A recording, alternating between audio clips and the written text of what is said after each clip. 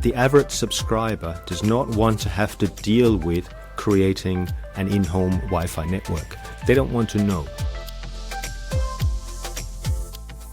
Consumers just want their Wi-Fi to work, and when it doesn't, they call their internet service provider. Is that a problem or an opportunity for ISPs? We'll get into that today on The Signal.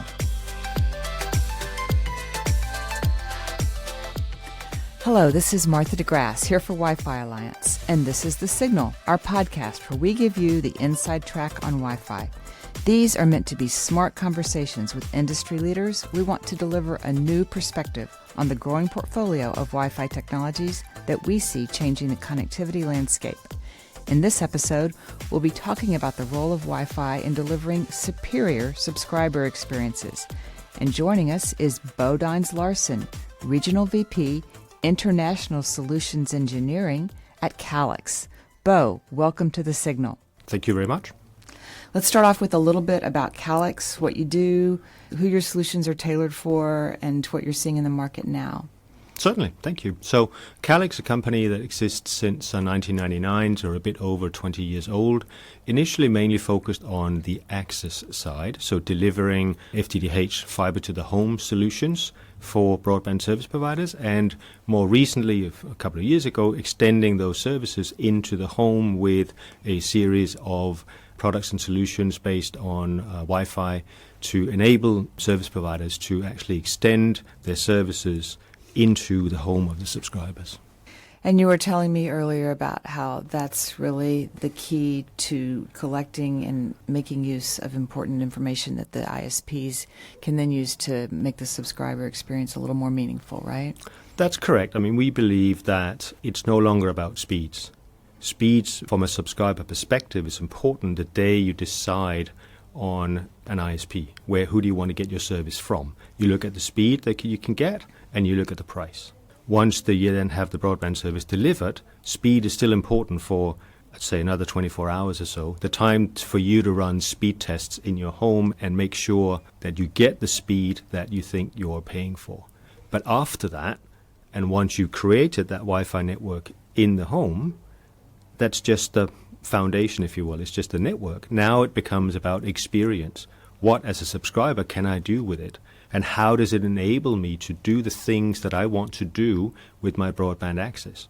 Whether that is video streaming or whether it's online gaming or whatever it is I use that broadband access for. And as ISPs understand more about what people are using that broadband access for, they can then tailor their services.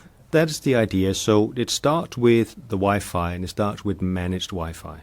Again, the average subscriber does not want to have to deal with creating an in-home Wi-Fi network. They don't want to know. And most of the time, they associate the Wi-Fi with the internet. It's the same thing. Because, of course, inside the home, the internet access is delivered over Wi-Fi. So that's the same thing. So, by the way, when the Wi-Fi is not working correctly, because of coverage issues or whatever, they call the service provider.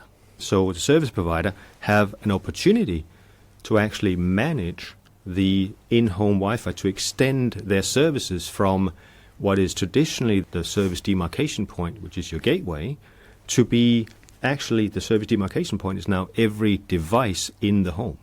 So every device that's connected over Wi-Fi in the home is now your service demarcation point. If as a service provider I can manage that, I can make sure that just from a pure networking or Wi-Fi perspective, my subscribers get a great experience already there. So I take that off their minds. They don't need to bother with it. It's just there. And now they can focus on all the things they want to do with the internet. So your software enables the service provider to manage all the way to the device level and to see Correct. What's happening all the way to when someone calls in, they can actually answer their question even if the problem is between the gateway and the device. That's correct. So that's a very important aspect of the whole managed Wi-Fi, is that the service provider have visibility of what's actually going on. They can see if there's issues with coverage. They can see if there are issues with overlapping Wi-Fi channels or interference that will negatively impact the subscriber experience. So if a subscriber should call in, the customer service agent can actually see in real time what's going on and can help the subscriber solve the problem. The ultimate goal is really to detect the issues before the subscriber notices them and for the ISP to then fix them if they can. I mean, they can't physically move stuff around in someone's home, right? But that shouldn't be necessary anyway. But they can detect that there are issues and potentially fix them so it doesn't even get noticed by the subscriber. So the experience is never negatively impacted. And then about collecting information, once you can see what's going on, you can see how your subscribers use the services you deliver. So you better understand what the subscribers want, what they expect of you, how they use the service of the internet service, and you can then tailor potentially additional services to that subscriber. So what would an example of that be? I think a great example is if you detect that a certain household is a family with children, you can, and you should, propose some kind of parental control service to make sure that your children are safe when they go online, when they, whatever device they use, they're not exposed to content that they really shouldn't be exposed to. That gives, as a parent, gives me, peace of mind that I can let my children be online for the things they need, knowing that they hopefully won't be exposed to things they shouldn't be exposed to. That's a great example. And what about intelligence at the device level? I know that we're hearing a lot about smart home, and right. Maybe one device is able to perceive what another device is doing at a certain point in time. Does Calix have a role to play there? I think we have a role to play in the sense that we create at least the connectivity. So once the connectivity is there and it's at the level where it needs to be, that's when the various applications can start. You can start creating essentially a smart home. So your connected home becomes a smart home. But the smart is defined, it's kind of a philosophical discussion to an extent, what does smart mean? It means different things for different people. But the smarts, for me, comes from the applications. Now, you have the connection, it's ubiquitous, it's across the entire home and it's at the level where it needs to be. Now what do I do with it? So if I put IoT devices that can talk to each other, there were some great examples at the conference yesterday, that's great. But Calix as such, we don't really play a role in enabling those. Gotcha. And then when you're talking about optimizing the network for subscribers and proactively seeing what's going to happen before it happens, it sounds like there's definitely some automation going on there. Yep. And perhaps even some artificial intelligence as well. Is that part of what you provide, or is that separate on top of your software? No, that's part of it. So that's part of managing the network. There's a lot of intelligence in the gateways and the mesh devices themselves in the network to detect things like overlap or channel overlap and the ability to change from one channel to the next. If you see this one is very congested, you can automatically change to a different channel. So that's to optimize the network in the home, the Wi-Fi network in the home on a permanent basis. And again, all invisible to the subscriber. And they shouldn't have to bother with it. It's just all automatic.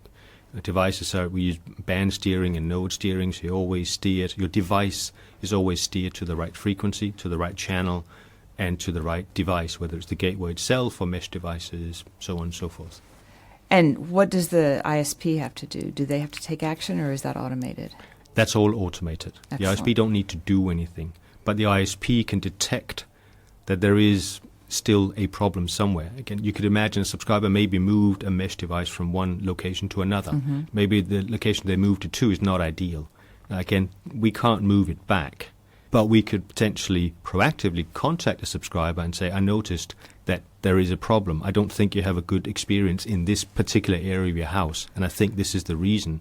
Maybe you move that mesh device, or I would recommend that you move it to a different place. And then we can proactively help them find the optimal position for that mesh device or for that gateway. That's great. Point. So are ISPs doing that? Are they calling people or emailing people and saying, we think you moved a device, or maybe you want to move this device? It's absolutely starting. We have more than 600 service provider customers in the US using this solution. Now, some use it maybe more in a reactive manner, so just have the information available when the subscriber calls in. Others are definitely more proactive, that they monitor this, again, using artificial intelligence. For example, you can get a daily report of all the households that have issues with coverage. As an operator, you go through that, and you decide to call or send a message or send a notification to the mobile app that we think that there's an issue here, there's an issue there. Here's what we suggest you should do, Mr. Subscriber. That's great. So you call in and they're like, oh, yeah, we know about you. You moved your access point yesterday. Something like that. Yep. That's fantastic. Mm-hmm. So you're obviously collecting a lot of data about which devices people are using the most, what times of day they're using them, maybe even how they're using them. Do you have any insights that you want to share on that? So Calix we collect the data, but the data belongs to the ISP. Mm-hmm. We do not ourselves take data from the ISPs and produce reports or insights or use it for our purposes. It's very important that these are solutions that are delivered to the ISPs for them to be successful.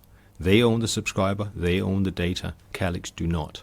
So we host it in our cloud, but the only people having access to it and to use it are the ISPs. So you don't really have any insights because you're seeing all the ISP data, but you don't really have any. We don't use it. We do not analyze it. We don't access it. You don't access it at all. It's about data privacy. We don't own that data. The ISP owns the data. Okay, great.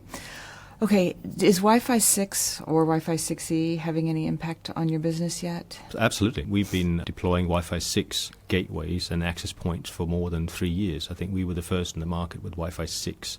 We're now launching 6E that gives some additional capabilities, more channels, more non-overlapping channels, wider channels would give you higher bandwidth.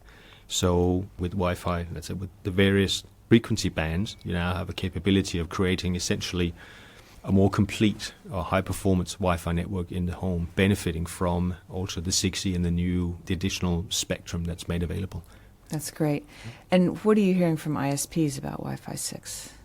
Wi-Fi 6 is just, for us, just table stakes. If it's not Wi-Fi 6, forget about it. No ISP today would put any access point, a gateway in a subscriber's home that's not minimum Wi-Fi 6.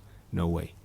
And Wi-Fi 6E is coming. Wi-Fi 6E can help Wi-Fi 7 later on in many ways. Today, and there was discussion today, as a FTTH provider as well, there's a service demarcation. The fiber comes into the home at some point.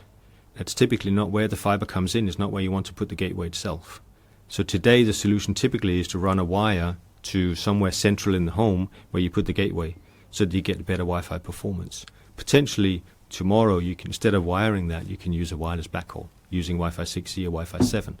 So that greatly simplifies, let's say, how you organize the home. You don't have to pull a wire potentially through walls along the floor into into the right place in the house. So how much longer before you think that will be more commonplace?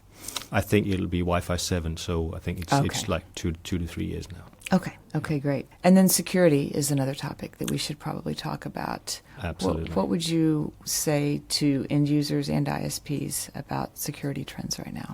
So obviously we've seen after the pandemic that everyone started working from home and everyone at the home at the same time. The children were schooling, we were working from home. Security became a real issue.